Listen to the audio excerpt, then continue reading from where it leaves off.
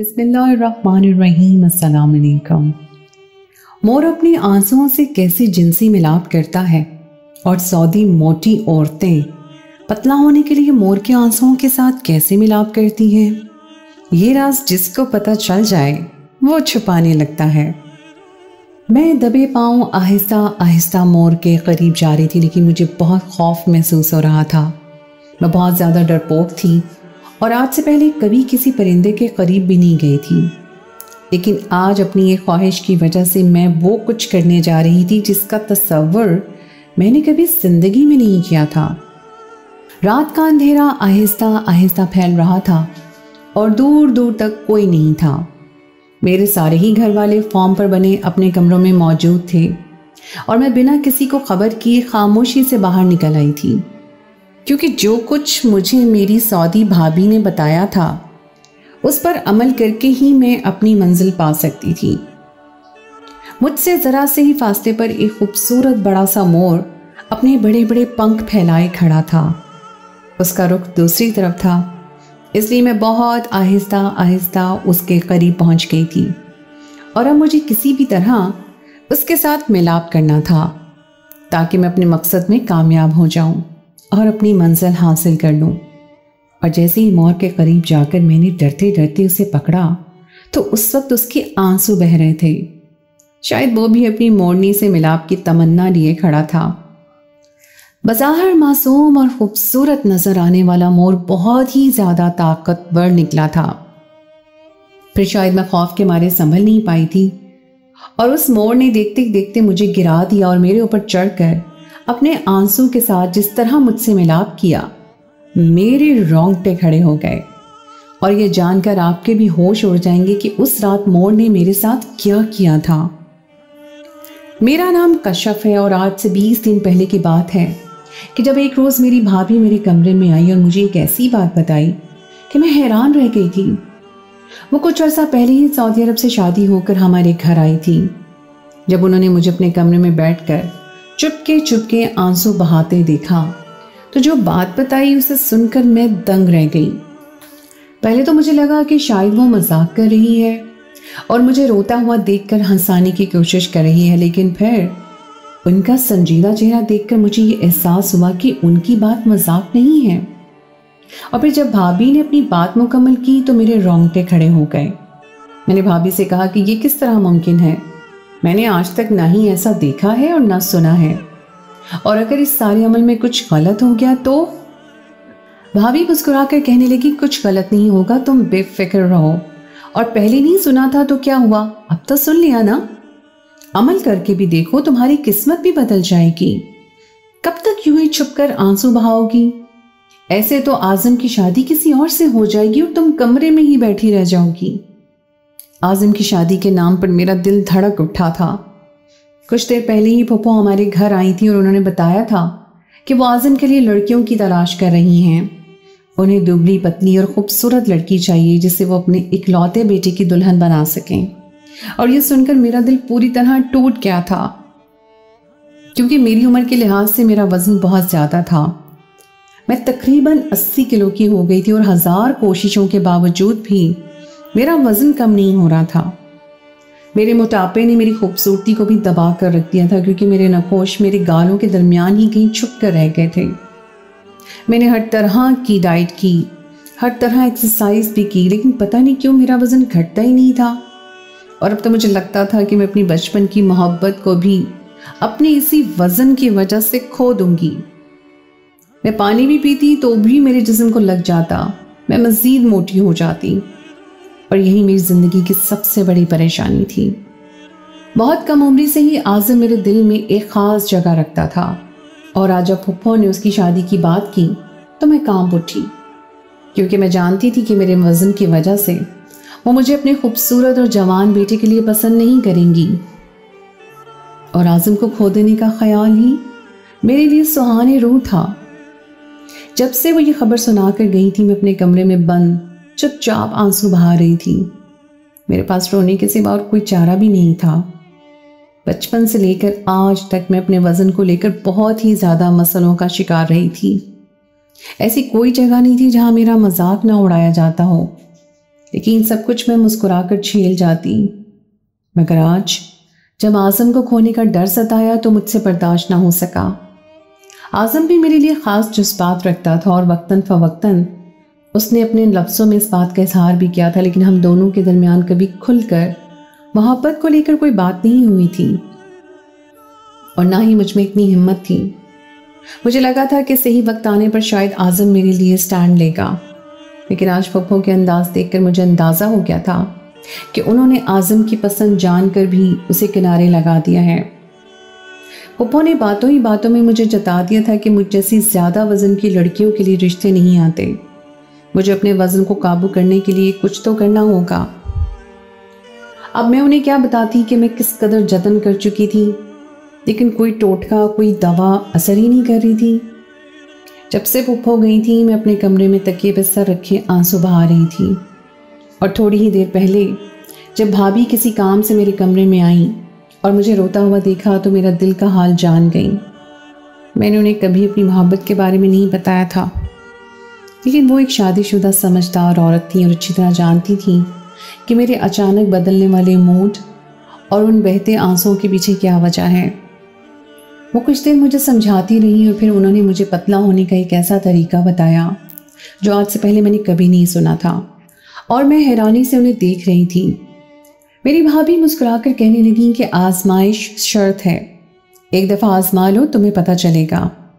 Saudi औरतें तो दुबला होने के लिए यही करती हैं और बाकी उनके जिस्म में बहुत वाज़ेह फ़र्क आता है।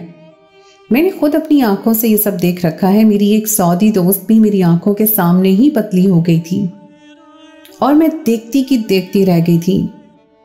भाभी की इस बात ने मुझे एक नई जिंदगी दे दी थी। मुझे अपने वजन घटाने का एक रास्ता नजर आ रहा था।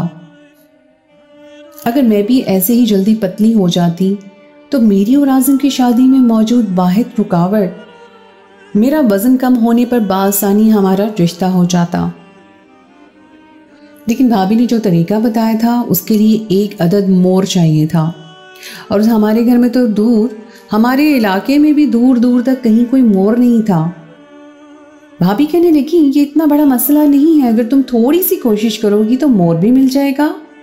इंसान मोहब्बत में आग का दरिया सर कर जाता है, तुम एक मोर के लिए इतनी परेशान हो रही हो, तुम हामी तो भरो, रास्ता भी निकल आएगा। भाभी की बात ने मुझे एक नई जिंदगी दी थी।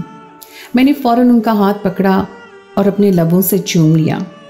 आज़म की मोहब्बत पाने के लिए मैं कुछ भी करने को तैयार थी, और उस वक्त मुझे भाभी पर भी बहुत प्यार आ रहा था। मेरे भाई कई सालों से सऊदी अरब में नौकरी कर रहे थे और वहीं उन्होंने मेरी भाभी करीना से अपनी पसंद की शादी की थी। लेकिन शादी के बाद करीना भाभी पाकिस्तान चली आई थी क्योंकि उन्हें पाकिस्तानी लोग बहुत पसंद थे और वो अपनी ज़िंदगी हमारे साथ यहाँ गुजारना चाहती थी, और भाई से शादी भी उन्होंने इसी मकसद से की थी। मेरी भाभी भी बहुत अच्छी और मोहब्बत करने वाली लड़की थी जो एक पाकिस्तानी ख़ानदानी निज़ाम में रहने के लिए हमारे घर में आकर बहुत मोहब्बत से हमारे घर का हिस्सा बन गई थी। लेकिन उनके अजीब और गरीब रस्म व रिवाज, उनकी टूटी फूटी उर्दू और उनके ख़यालात हमसे इतने मुख्तलिफ थे कि अम्मा उन्हें चाहकर भी अपनी बहू तस्लीम नहीं कर पाई थी। अम्मा मुझे भी सख्ती से यही मशवरा देती थी कि मैं करीना भाभी से दूर रहूं, क्योंकि ना ही वो हम जैसी हैं और ना ही वो यहाँ के तौर तरीक़ों को कभी समझ सकती हैं। अम्मा को लगता था कि वो बहुत ही आज़ाद ख्याल किस्म की लड़की है जो अपनी पसंद की शादी करके ऐसे पाकिस्तान आकर बस गई है। भाभी को आए कितना ही वक्त गुजर गया था, लेकिन अम्मा थी कि ना ही उन्हें कबूल कर पाई थी और ना ही उनके तरीक़ों को। मैं कभी भाभी के साथ कुछ देर उनके कमरे में बैठ जाती तो अम्मा मुझे आवाज़ें दे देकर हलकान हो जाती, और जब मैं अम्मा के पास जाती तो मुझे बहुत ज़्यादा डांट पड़ती। अम्मा को मेरी भाभी के कमरे में जाना हरगिज़ भी पसंद नहीं था। उनका ख्याल था कि भाभी मुझे भी अपनी तरह आज़ाद ख्याल बना देंगी, और इसी वजह से मैं भाभी से दूरी बरकरार रखती थी। लेकिन आज भाभी खुद मेरे कमरे में आई थी और मुझे रोता देखकर एक ऐसा अमल बताया था जिसने मुझे हैरान होने पर मजबूर कर दिया था। मुझे तो यकीन ही नहीं आया था कि क्या वाकई ही सऊदी औरतें दुबला होने के लिए इस तरह करती हैं। भाभी मुझे एक नया रास्ता दिखाकर वापस चली गई थी और मैं सोचों में गर्क हो गई थी। अगर मैं भाभी की बात पर अमल करना भी चाहती तो मुझे मोर कहाँ से मिलता। अब मुझे एक नई परेशानी ने घेर लिया था और मैं चाहती थी कि कहीं से भी मुझे मोर हासिल हो जाए और मैं भाभी के बताए हुए तरीके से दुबली हो जाऊं। 2 दिन ऐसे ही सोचों में गुजर गए थे। मुझे ऐसा कोई तरीका नजर नहीं आ रहा था कि जिसके ज़रिए मुझे कहीं मोर मिल जाता, और भाभी से इस बारे में बात करने का मौका नहीं मिल रहा था। आजकल अम्मा को भी भाभी से हद से ज़्यादा बैर हो गया था और वो मुझे हरगिज़ भी भाभी के कमरे का रुख नहीं करने देती थी। दिन ऐसे ही सुस्त रफ्तारी से गुजर रहे थे और हर गुजरते दिन के साथ मैं परेशानी से पागल हो रही थी कि एक दिन आज़िम किसी काम से हमारे घर चला आया। अम्मा बाजार गई हुई थी और भाभी दोपहर के वक्त नींद ले रही थी। इस हिसाब से मैं घर में अकेली थी। आज़िम को देखकर मेरी आंखों में आंसू आ गए और मैंने ना चाहते हुए भी उससे अपने जज्बात का इजहार कर दिया। मेरी बात सुनकर वो खामोश हो गया। फिर जब मेरी आंखों से आंसू बहने लगे तो वह घबरा गया और कहने लगा कि प्लीज़ मत रो कशफ, मैं तुमसे बहुत मोहब्बत करता हूँ और तुम्हारी आंखों में आंसू नहीं देखना चाहता। अम्मा ने जब मेरी शादी का जिक्र छेड़ा था तो मैंने सबसे पहले तुम्हारा ही नाम लिया था, लेकिन अम्मा ने यह कहकर इनकार कर दिया कि अपने इकलौते बेटे के लिए मैं ऐसी लड़की को नहीं ला सकती जो उसके जोड़ बराबर की ना हो। तुम्हारे बढ़ते हुए वज़न और ढील डोल की वजह से अम्मा किसी सूरत नहीं मानी और मैं अम्मा का इकलौता बेटा होने की वजह से उनकी ख्वाहिशों के आगे हार गया।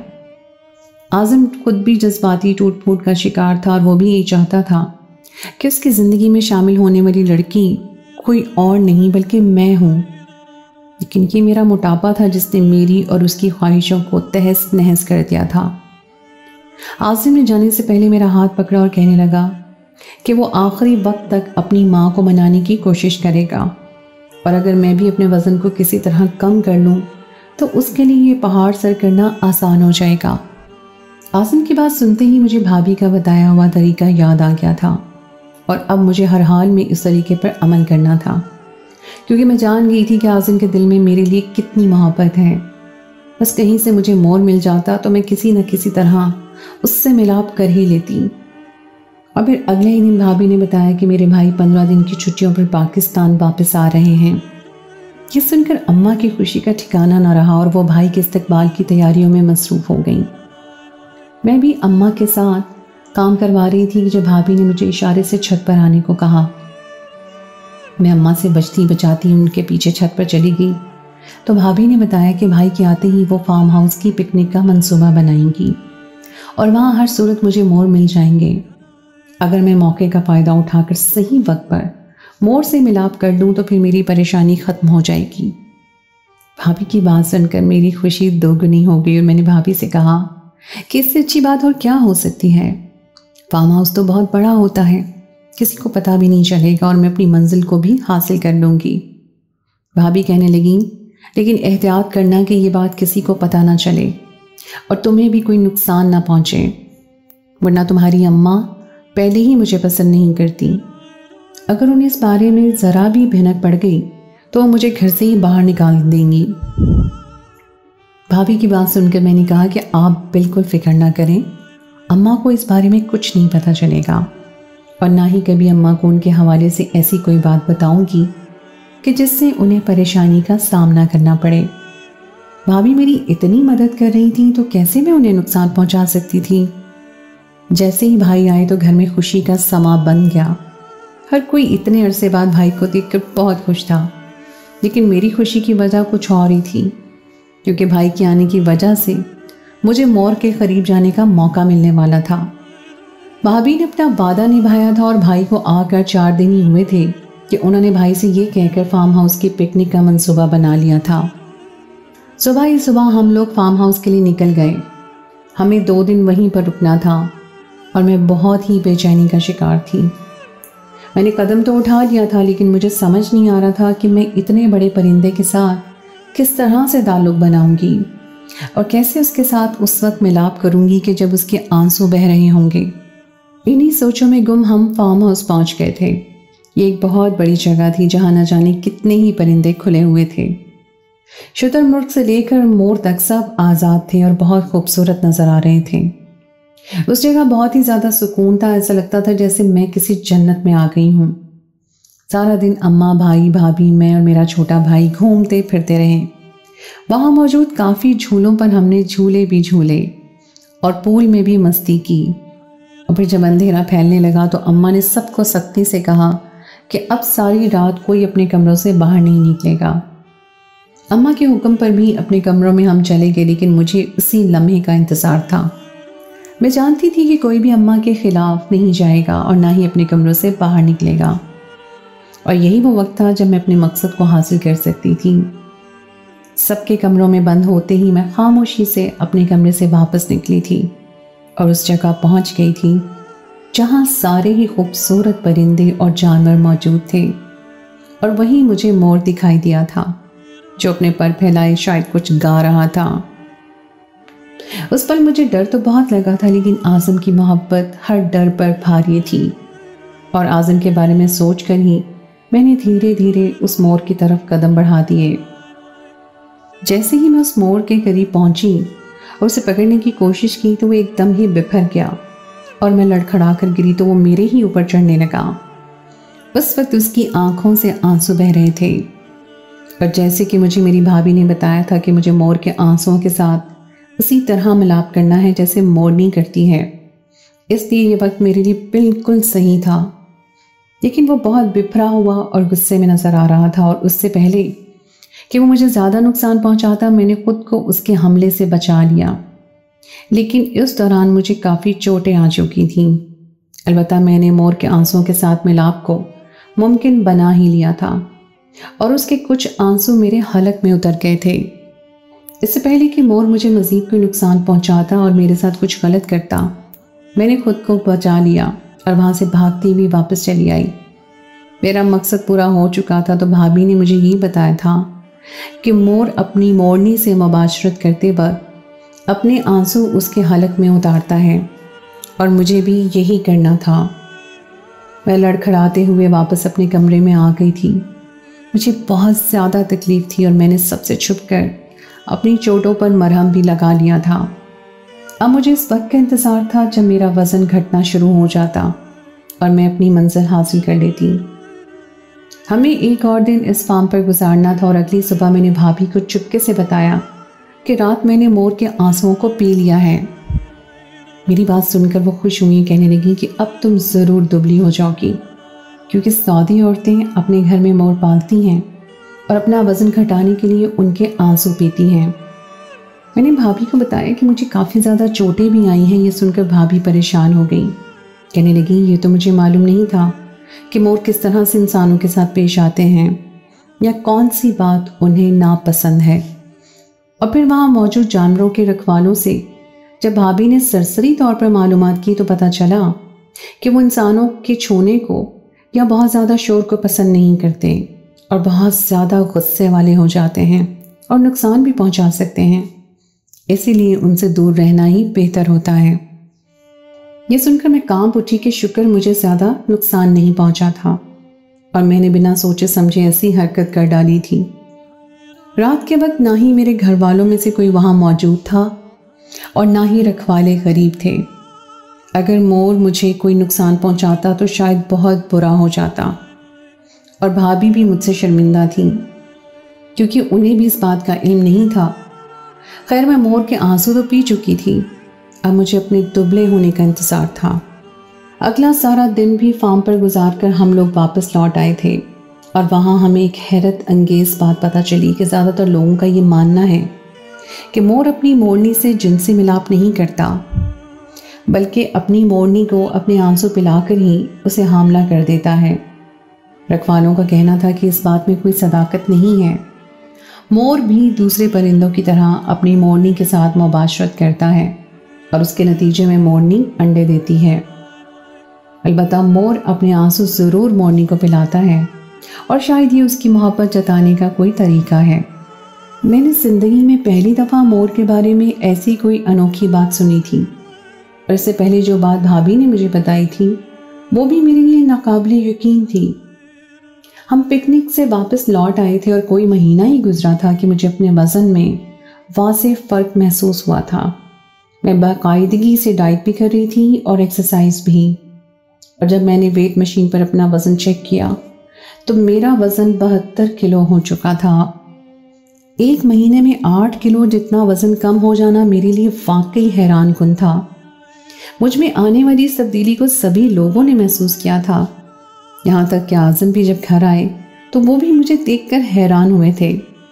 आने वाले 3 महीनों में मेरा वज़न हैरान कुन हद तक कम होकर 65 किलो हो चुका था और मैं आम लड़कियों की तरह दुबली पतली और खूबसूरत नज़र आ रही थी। आज़म ने फुप्पो पर बहुत ज़्यादा हमारे रिश्ते के लिए दबाव डाला और जब फुप्पो ने मुझ में ऐसी तब्दीली देखी तो इनकार की कोई गुंजाइश न रही और मेरा और आज़म का रिश्ता पक्का हो गया था। मेरी खुशी की कोई इंतहा नहीं रही थी और फिर शादी के बाद एक दिन जब मैंने आज़म को बताया कि मैंने उन्हें पाने के लिए किस तरह मोर के आंसू पिए तो ये सुनकर पहले तो आज़म हैरान हुआ और फिर कहने लगे कि तुम्हें ऐसी बेवकूफ़ी करने की क्या ज़रूरत थी। अगर तुम्हें कोई नुकसान पहुंच जाता तो सऊदी औरतें अगर मोर के आंसू पीती भी हैं तो वो उनके पालतू मोर होते हैं और वो अपने मालिक को पहचानते हैं, लेकिन जो कुछ तुमने किया उससे तुम्हें कोई बड़ा नुकसान भी पहुंच सकता था और ज़रूरी नहीं है कि तुम्हारे मोर के आंसू पीने से तुम दुबली हुई हो, बल्कि जिस तरह तुमने पाबंदी से एक्सरसाइज और डाइट की है उससे भी बहुत फ़र्क पड़ता है। इससे पहले तुम ये सब पाबंदी से नहीं करती थी, जबकि किसी भी तब्दीली के लिए इंसान को मुस्तकिल मिजाजी से मेहनत करनी पड़ती है। आज़म की बात सुनकर मुझे एहसास हुआ था कि वाकई मैंने बहुत बड़ी बेवकूफ़ी की थी। शायद भाभी को भी इस बात का अंदाज़ा नहीं था कि मेरी इस हरकत से मुझे कोई नुकसान भी पहुंच सकता था, वरना वो कभी मुझे ये करने को ना कहती। खैर जो भी था, मैंने आज़म की मोहब्बत को पा लिया था और यही मेरा मकसद था। क्या आप लोग इस हकीकत से वाकिफ़ हैं कि एक मोर मुबाशरत के दौरान अपनी मोरनी को आंसू भी पिलाता है और ये उसकी सच्ची मोहब्बत का एतराफ़ होता है। इस बारे में अगर आपके पास कोई भी इंफॉर्मेशन है तो मेरे साथ ज़रूर शेयर कीजिएगा। तो जनाब, ये थी मेरी आज की कहानी। उम्मीद है आपको आज की कहानी पसंद आई होगी। कहानी अच्छी लगे तो उसको लाइक ज़रूर कीजिए, अपने दोस्तों के साथ शेयर कीजिए और अगर आपने अभी तक मेरे चैनल को सब्सक्राइब नहीं किया तो उसको फ़ौरन सब्सक्राइब कर लीजिए। साथ ही लगे बेल के बटन को भी प्रेस कर दें ताकि आपको मेरी आइंदा आने वाली कहानी का नोटिफिकेशन बर वक्त मिल सके। अगली कहानी तक के लिए मुझे दीजिए इजाज़त। खुदाए पैमान।